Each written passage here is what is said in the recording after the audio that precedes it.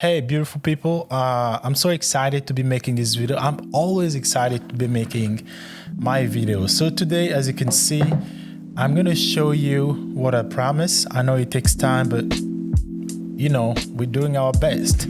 So I wanted to show you in direct and live how I develop my film from home. This is such a I'm not going to say stressful because I'm not stressed, but this is such a challenge because I've never filmed myself doing this. So, this video is going to be a little bit long because I will take you to each process. And just keep in mind, I'm doing this video I wish that somebody did this type of video when I first started to develop film from home. There are so many small details that make this process here so scary, and this is one of the reasons that I never wanted to do this by myself. So I'm just going to take you to each and every small details that sometimes people think it's obvious, but when you start, you just don't know. When I was watching videos online about loading film into this reel here. So this is the Partocene tank, I think. So I bought mine here in France. And so this is good because this has two options. So what I like about this version is you can do two 35mm film at the same time, but you cannot do 120 and 35. I know you have one of those there, but this one works for me. So the reason why this was so scary, because all the time that I was watching tutorials, mostly people were using 35mm film. So I never really get to see anybody loading 120 into this reel. So I was asking myself as a beginner, 120 is paper, like how this is gonna get wet. That's what I thought. So this is the 120 roll when it's exposed. So when this is exposed and I already scanned and developed this, but this is the empty that comes after you pull the actual roll that comes inside of this. This is the 35 version. So for 120, you need to open this up here. Oops. There you go. This is how you set it for 120. And the way you do it, honestly, I cannot use an actual roll to show you how this is done. But you need to do this in the dark. So I think you can see here, maybe I need to get my camera closer so I can just show you how this is done.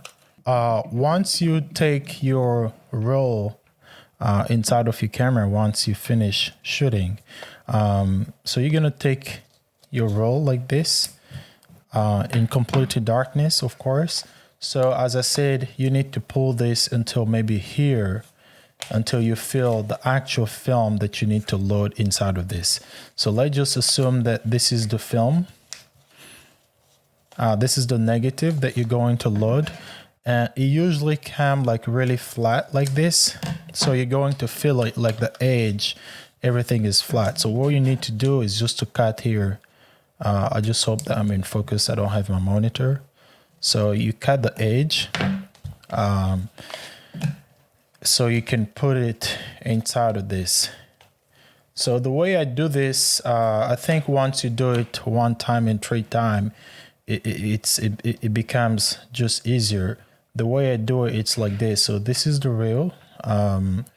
So you need to, before you cut anything, you just need to make sure that you recognize this. So the way I do this is by touching here, like I know this is where I need to put my film, because you also have another section that kind of look the same, but it's not.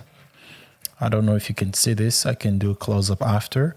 So how you do it, you just need to know, okay, so in the darkness, of course, which I know is really stressful for the first time.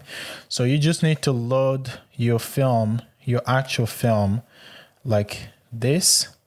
So you slide this inside, and you need to give it a little bit of a push. You push it all the way to this black, it feels like a rubber So once you put it all the way here, and just make sure that in the darkness, like you make sure that your film is in between here, because sometimes if you don't open this wide enough, it's not going to go inside, because this can be adjusted for so many formats for 110, 135, and 120. So just make sure that you open this all the way to 120. If you don't, it's not going to go inside. So, oops, sorry. So just make sure this edge, once you load your film inside, it's in between these two edges. And from here, this is the easy part. You just push this. I know it's stressful to do this in the dark, but you get used to it by doing it more often. So yeah, that's the first step, and which is the most difficult step, I think, when you start. But yeah, it's just easy. Yeah. So step number 2. So I know that was maybe not helpful because I didn't show you the actual film itself, how to load it. But I'm not going to expose my film just for this tutorial, especially 120 film. You guys know this is expensive, so I hope I get my point to some people. But just keep in mind, example, this is exposed. So here you have 2 layers of paper. So the number one, what you see here, what is written here, example, Fuji, this is a Fuji 400H. This is a paper, and keep in mind, once you start pulling this paper off inside of the dark, you will feel the actual positive or negative, and that's the one that you're going to load into your reel. I know this was long to explain, because when I first wanted to do this, I was like, okay, so 35mm film already look plasticky. You know, you can see what you're doing. You know, you don't have this paper thing. That was the only thing that I really struggle with. So now I'm going to load my film into the dark, and after we're gonna come back and show you the most fun part, the chemicals. This is the most fun part now. Now we're talking. So this is my chemicals. I have my stabilizer on the other room. You don't need your stabilizer now. So as you can see, I'm doing this on purpose to show you really non-professional equipment. But this is doing the job. So as you can see, I'm taking the temperature of the water with this. This is functioning. It works fine. I know this is not serious. Please don't judge me. And this is also one of the reasons why I'm doing this way, because I wanted to show you that you don't have to be all fancy about this. So let me just explain to you here. So this is the developer, and this is the Blix. This is the bad boy. So when I was loading my film into the tank, I was preheating these two because this needs to be, I think, at 38 or 39 degrees. What you need to do is just to preheat your film, is just to wash your film. So this is just water. This is not any chemical. Pretty much just put some hot water into your tank. That's it. And this is 5 minutes. So there we go. I'm just going to put some hot water. And this is just 38-degree water. So, and just put as much as you can. Don't put too crazy. Don't go too crazy. You only have one film inside. And I can feel it's heavy now. So they say 5 minutes. So just go grab some tea and wait for 5 minutes. Or you can sit here with me. Usually what you do, you have to put this inside to check if the chemical is 38 degree. But to me, I don't, because I know if my water is 42 degree, and if I leave all this plastic bottle inside of this 42 degree water, in after 20 minutes, it's going to get the water temperature, the chemical temperature it's going to be somewhere 37, 38, maybe 36, and it's fine. It doesn't have to be so precise. So this is the problem when you do it from home. And now we're going to start with the most important. So I'm just going to drop my chemical here, the developer, and I'm going to close it. There we go. So now at this stage, some people like to shake. Let me just take. So certain people like to shake the entire tank, like backward and forward. To me, what I do, as you can see, I'm just rotating the entire reel with my. This one comes with your partisan tank anyway.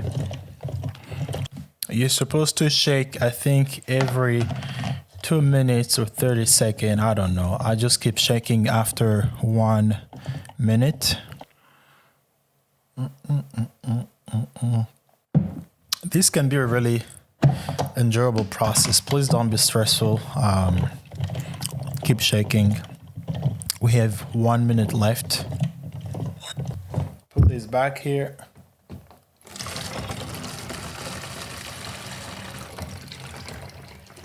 Up. Now you need to put your Blix, and the Blix is going to be 6 minutes, I believe. I think, yeah, 6 minutes. Yeah, 6 minutes. If you do this normal, you have to keep the Blix only 4 minutes. But as I said, since I'm pushing my film over one stop, my Blix is going to be longer. So 6 minutes is what the manual says here. So here you go. This is gonna take a little bit long, so I'm just gonna stop recording and see you after. It's been more than 6 minutes. It's like almost 7 minutes.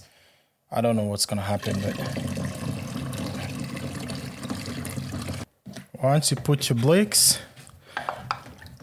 So keep in mind your Blix and your developer temperature has to be a 38 or 39 degree.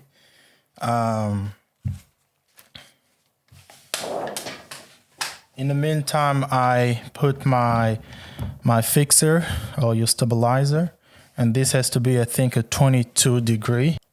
So now before you put your stabilizer, which is going to be the last step, you need to wash your film for 3 minutes.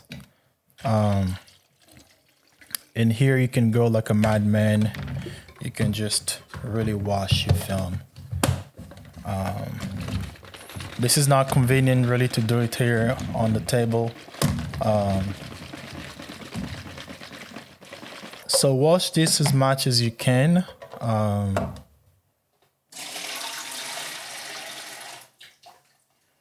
So that's number one wash. Go again.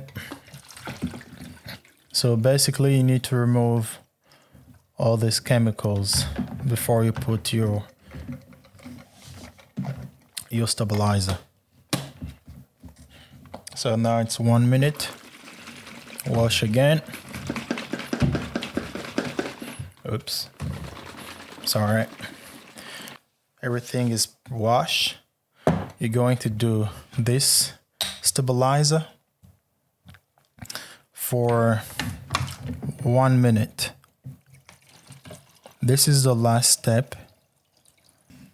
You just let it be there for 1 minute. I'm not sure if you're supposed to shake. I don't know. Let's just give it a little shake. I don't think I'm supposed to shake this. I don't know if I'm supposed to shake this. Please let me know in the comment.